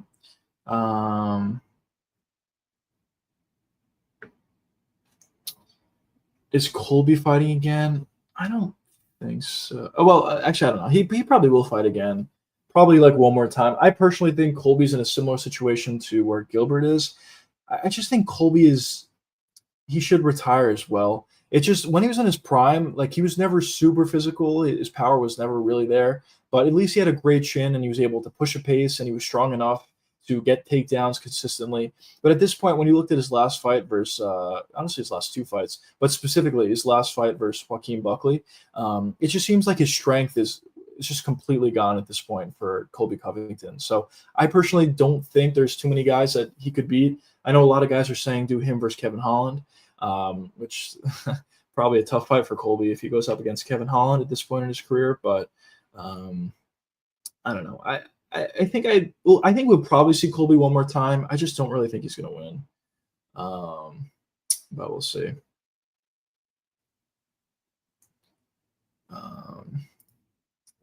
What kind of was trash like that? No graph to be made. This is saying I'm the fuck's that no. Oh man. Did Hooker fight after? Oh, so that's a BSD meme. Or sorry, the Moicano meme. Yeah, Dan Hooker hasn't fought in a while. Max Holloway's been. That's insane. That's insane. Max Holloway has been obviously a really good fighter, and he has like ridiculously good longevity as well. At 145, he was a champion for a while, and even when he wasn't a champion, even after losing 3 times to Volkanovski, and a lot of people talk about the second time as maybe Max should have won. But regardless, after losing all 3 of those fights, Max was still right there. He was still the top 3, top 4 of that division at all times. And it seemed like all the new young and up-and-comers that came and they fought Max first or maybe after they fought Volk, Max was able to beat all of those guys. So Max is definitely an amazing fighter when he's at 145, champion or not. And at 155, he kind of just got here, but still, it appears that he's going to be a really good fighter here as well. I talked about this before, but Max did a really good job at changing his fighting style, the way he fights. And I think at this point, it's a much more effective style even. So I personally think this is the best Max that we've ever seen personally, but we'll see how he does against some of these other guys. There's some matchups that I think I would favor Max in at 155 against some of these top fighters. There's also some matchups that I think could be difficult for him, like Topuria again, or maybe an Armin Saryukin. I think it could be tougher for Max, but still, the longevity has been really impressive, to say the least. Colby versus Burns, loser retires. Yeah, that's fair. Sure, do that. I know Colby and Gilbert really wanted to fight for. I think it's more so Gilbert wanted to fight Colby for a while. But yeah. But sorry about that. But yeah, I guess you could make this fight like a bunch of years after they were supposed to, and it's not necessarily as exciting of a fight when both these guys were legitimate contenders. But so I guess you could do it. It's two old guys, match them up against each other, and yeah, the loser retires. I think there's an argument to be made that the winner should retire as well, but I guess we'll see how they look in that fight if they did theoretically put that one together. But yeah.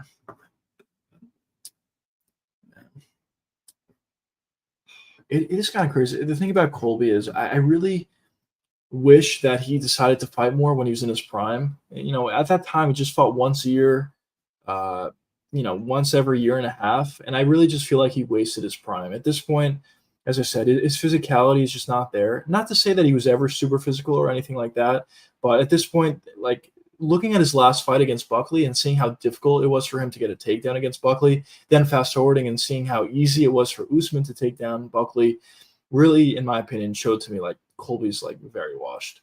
And obviously his fight against Leon Edwards wasn't great either. It was actually like very bad. He essentially didn't shoot for any takedowns until the 5th round. So definitely interesting, to say the least, for Colby.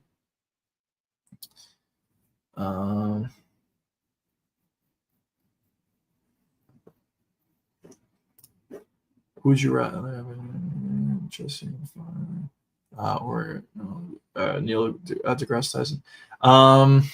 Neil deGrasse Tyson would just be like yelling at you, just like yelling random facts at you, or I don't know. Maybe him. You'll get more information, I guess. So maybe Neil deGrasse Tyson. Would be my answer. That'd be unfortunate though. That would be really annoying in the training room, training with that guy. But I guess in the fight he can give you some information. But yeah, how do you guys think MVP versus Jared Cannonier is gonna go? I actually saw the odds have it MVP as the favorite. Personally, I think it's kind of odd. I really feel like Cannonier should be the favorite, so I'm probably going to take that, and I might bet that early, actually. For Cannonier, I just think there's a real path to victory for him, and I think this is what's going to happen in the fight. I think he's going to clinch up against MVP, land a bunch of elbows and knees alongside the cage, maybe get a couple takedowns mixed in there. And I think he's just going to win the fight like that. For MVP, if the fight's at range, yeah, he's going to win most likely, but I just don't think Jared Cannonier is going to willingly fight a fight at range against MVP. That's really playing into MVP's hands. So I do believe we're going to see a lot of wrestling and a lot of clinch fighting from Cannonier. So I personally think those odds are off. But at the same time, I think that fight is a really weird one. MVP versus Jared Cannonier. It is a weird fight. But we'll see what happens. Kai Sakura's on that card. I think Kai's going to win. Prates is most likely going to be Jeff Neal. Prates versus Jeff Neal, though, has a real chance to be one of the fights of the year. I'll put it that way. I do think it's going to be good. Beneil Dariush is 36, but he looks 43. Yeah, Beneil, he looks like a high school teacher or like a college professor or something.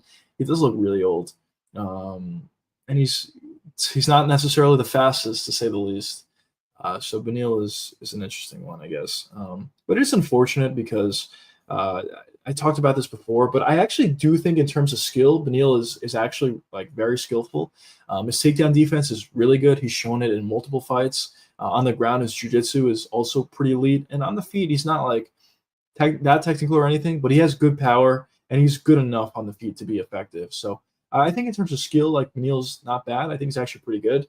The problem with Beneil is he's just like pretty slow His chin's not there anymore. It was never amazing, but especially now, it's not really there. And I think if he goes up against a guy that's super athletic or hits really hard, he's going to have a lot of issues with those kind of fighters. And I think that's what we've seen as of late. When he got knocked out by both Arman and Charles, both of those guys obviously are really good fighters for one, but for two, they're very powerful, explosive, and just athletic. So I think those are going to be the guys that Beneil struggles with.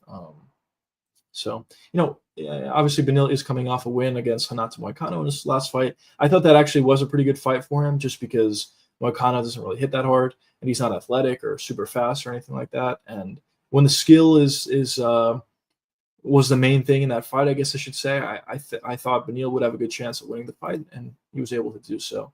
But I don't. With all that being said, I don't think there's too many guys that Beneil can legitimately beat ahead of him in the rankings, just because most of the guys at the top of the lightweight division are pretty athletic or hit really hard or both. He's just going to struggle with that, I think. Like Dan Hooker would be a tough fight for him. Gaethje will be a tough fight for him. Holloway would be a tough fight for him. What kind of timeline would that be? Max Holloway versus Beneil Dariush? I don't think that would happen, but that would be a weird timeline. Oliveira and Arman are obviously already both knocked him out. And imagine what Topuria versus Beneil would be. Oh, man, that would be bad. But, yeah. That would not be good. Beneil is definitely getting older at this point.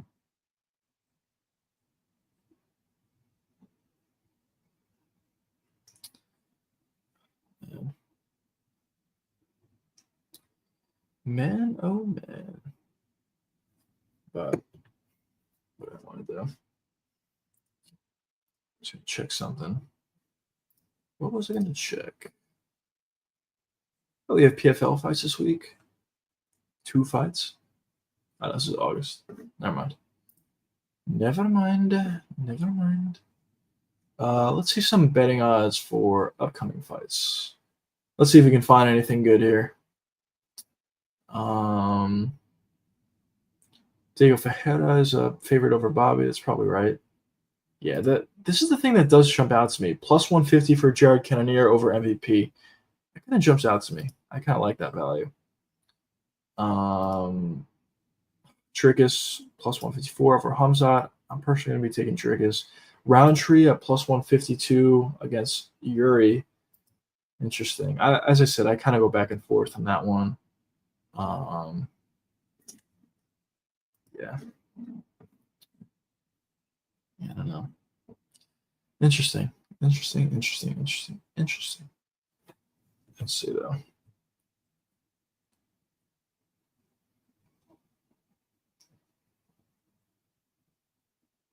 Is this right? Tank Davis is retiring. Is that accurate? That's weird. He'll probably be back soon, though. We see that a lot. When guys retire too early, they usually come back. So I don't know if that was real or not. But if that is real, that Tank Davis is retiring, I'm assuming he'll be back. And also, Hulk Hogan passed away. I forgot to mention that. So rest in peace to him. He's certainly a legend. Yeah, it's unfortunate. A lot of people are, a lot of legends are going recently, which is unfortunate.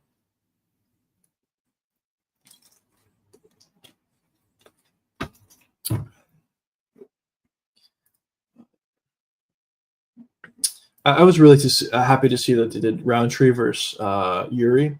I was doing like matchmaking a couple times on these live streams, and that was like the one fight that I thought like, all right, they should do that. That would be such a fun fight, and it actually makes sense as well. As Yuri's a number 2 ranked guy, Roundtree's a number 4 ranked guy. Roundtree's also coming off a victory in his last fight, so I thought that was a fight to make, and they did it. They're kind of leaving Carlos Ulberg out of things, though. I mean, it's fine. In my opinion, but they are definitely leaving Carlos Ulberg out of things, as he got, in my opinion, a robbery victory over Jan Blachowicz, but ever since then, he hasn't really fought anybody. So we'll see what happens for Ulberg. There's really no one for him to fight, honestly. Pereira versus Magomed's already made. Yuri versus Roundtree's already made. He already beat Jan Blachowicz, technically, on paper. Then you could do Ulberg versus Jamal Hill, I guess, but I don't know how much sense that makes.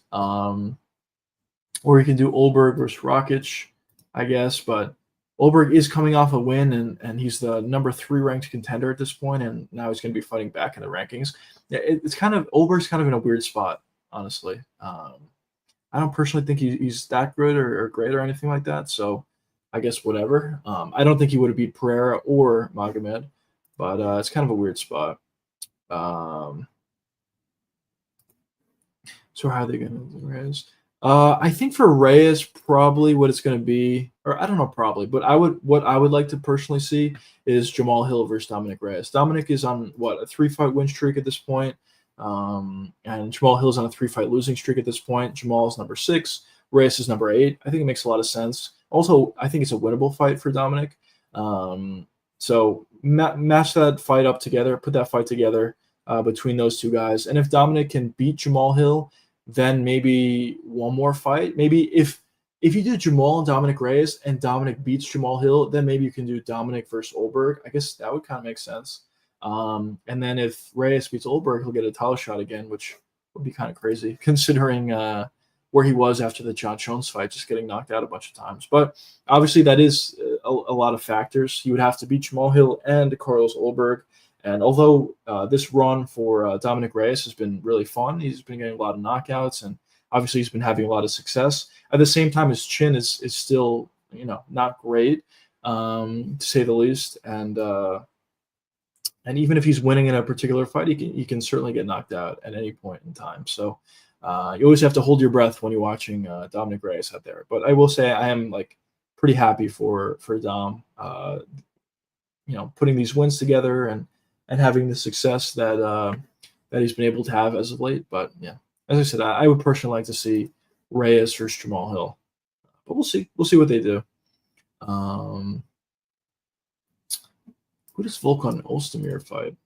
There's a lot of stagnation at the light heavyweight division. There's a lot of guys that are in such weird positions.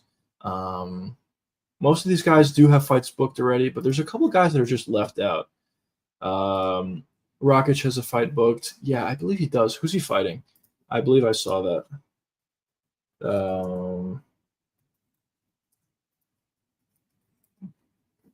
Mazukhanov. Okay, yeah. That's an interesting fight. I don't know what to think about in that one. I know Osman is a guy that a lot of fans are very high on. I know some people that are very high on Osman. I'm personally not, but I mean he's good. He is, he's able to overwhelm his opponents a lot, and he is pretty fast for how he looks. So he's definitely a good fighter. We'll see. Yeah, I personally like Rakic as a fighter. His leg kicks are really good.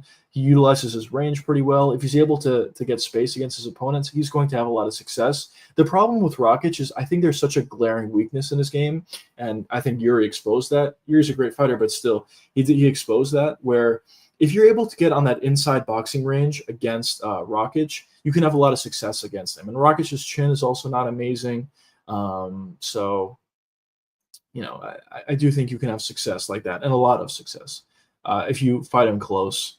And maybe Mazukhanov would be able to do that. They should have Reyes versus Rakic. Yeah, I don't mind that. I actually think that's kind of a winnable fight as well for Reyes, just because Rakic, in terms of his punching, he doesn't hit that hard, and his chin's not really that great. So I think Reyes could potentially pressure Rakic, get in the inside, land a big left hand, and knock him out. I actually could see Reyes beating Rakic. Rakic is a better fighter than Jamal Hill is, but maybe stylistically it's an easier path to victory for Reyes if he fought Rakic, just because Rakic's chin is not that great, and I don't think the danger is as severe with Rakic as it is with Jamal Hill. Jamal Hill, as I said, he's just an okay fighter. His footwork's not good. He's not super technical or anything like that, but I guess he's technical enough. He's been able to knock out a bunch of guys over the years, and his power is legit, and he's very durable. So that's kind of the things that are going in his favor. But for Rakic, I think he's actually a good fighter. He has great leg kicks, could certainly wrestle a little bit. And he fights that range pretty well. But as I said, there's a glaring weakness, in my opinion, in this game. If you can get on that inside, which I think there's a chance that Dominic Reyes could. But we'll see what they do next for Dom. We'll see what they do next. I'm definitely excited to see what they decide to do. There's definitely some options for him. Jamal Hill makes sense. Rakic makes sense. This would be a weird one, but Jan Blachowicz, I guess, versus Reyes could happen. I don't think it's going to happen, but I guess that could theoretically happen. Or if they really want to jump up right away, Dominic up right away, they can do Dominic Reyes versus Olberg. And I guess that would kind of solve the Olberg dilemma. Because as I said, Olberg is kind of left out at this point because everybody around him is a fight booked. So maybe you could do Reyes versus Olberg. I don't know. I don't know what they're going to decide to do. But there's definitely a lot of options for Dominic. Just the fact that he was able to get here on this 3-fight win streak is great to see. But yeah. So then after that, we have Tom Aspinall fighting Ciryl Gane. Yeah, I don't know. I know someone in my chat, I don't remember who it is, but someone in chat was talking about how they thought Ciryl Gane is going to be Tom Aspinall, which is possible. I mean, listen, Gane is really athletic, obviously, and he does have good striking. He's definitely a lot more technical than most guys at the heavyweight division. There's no question about it. I just think personally, Tom has such a big advantage over Gane in terms of the wrestling, and it's like a ridiculous advantage that I think he'll just take him down and submit him. That's personally how I see the fight going. Maybe in the first round, maybe in the second round, but eventually I think Tom will find a takedown, and yeah, and if he does, I think he will find a submission or some sort of finish. The reason I want to raise Rockets is I want to give Reyes a title test. Yeah, that's fair. I also think like Rakic is obviously a really good fighter for one, but as I said, I also actually think that stylistically, Rakic is not a bad matchup for Reyes. Obviously, he's got to avoid the leg kicks. Rakic has really good leg kicks. I think behind Pereira, maybe Rakic is the number 2 guy in terms of leg kicks, or 3 maybe. Maybe Jan Blachowicz is 2 and Rakic is 3. It's kind of funny. They're all from the same weight class, but maybe there's some guys I'm forgetting. But those 3 guys obviously have amazing leg kicks, so you have to worry about that when you go up against Rakic. But as I said, if you get on the inside, you can have a lot of success against him. I think that's what we saw in the Yuri fight versus Rakic. In the first round, Rakic was winning. He was he was not only winning, he was kind of dominating in that first round against Yuri. And in the second round, Yuri was like, "All right, forget it. I'm Yuri. I'm aggressive. I'm just going to get on the inside and throw big bombs." And he did it. And he found a huge shot. And he knocked out, or TKO'd, I should say, Rakic. So we'll see. We'll see what happens. We'll see what happens between him and Mazakhanov. If Mazakhanov could beat Rakic, maybe he's a new contender. That'll be on the rise. But we'll see. As I said, I'm not like super high on him, but I could be wrong. I've certainly been wrong in the past, so maybe I'll be wrong again on this one. But yeah, outside, assuming Tom beats Gane, though, there's really nobody else. It'll probably be Almeida, I'm assuming, after Gane. But even for Almeida, it's kind of like Almeida's kind of like the reverse fighter of Gane.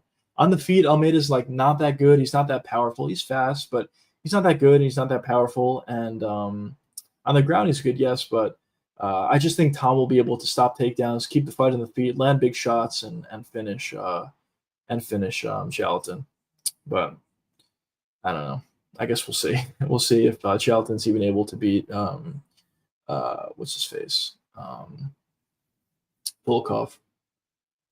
Which that's an interesting fight. I saw memes about this going around the other day, which is they're accurate. When Volkov lost to Gane, Volkov definitely won the fight. But when they gave the fight to Gane,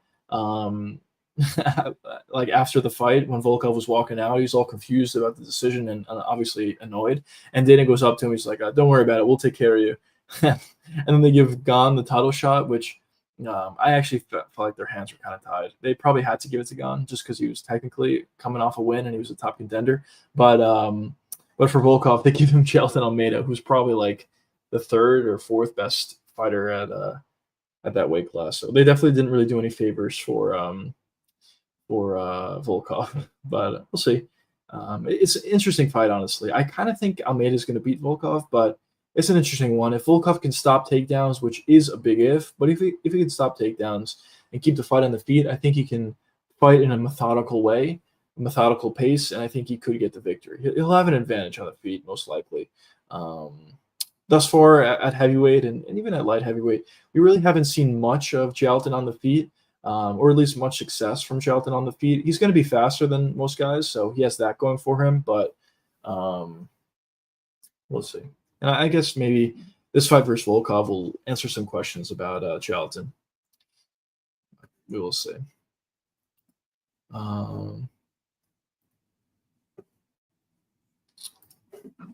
But yeah, I mean, we've been streaming for like an hour and 50 minutes, almost 2 hours. If you guys have any last second questions, be sure to let me know. But if not, I think I might hop off stream. It's been a really fun stream with you boys, talking to you boys. Thank you, Pencil Shavings, for all the questions. MB, Joshua, 305, everybody else in chat as well. I appreciate you guys. But yeah, I should be streaming tomorrow. If I might be late tomorrow. I'm going to the beach, so I'll see what time I get back. But I most likely will be streaming. I'll just probably be later. But I'll update you guys on X what time I stream tomorrow. But anyways, normally we stream at 8 p.m. Eastern time on weekdays, 2 p.m. Eastern time on Sundays, and yeah, I'll be seeing you there. And also, just to reiterate, I will be live streaming the full Abu Dhabi card this upcoming weekend on Saturday, so be sure to be there 12 p.m. Eastern time for that. But yeah, thanks everybody for joining the stream. I'll see you boys tomorrow. Peace out, boys.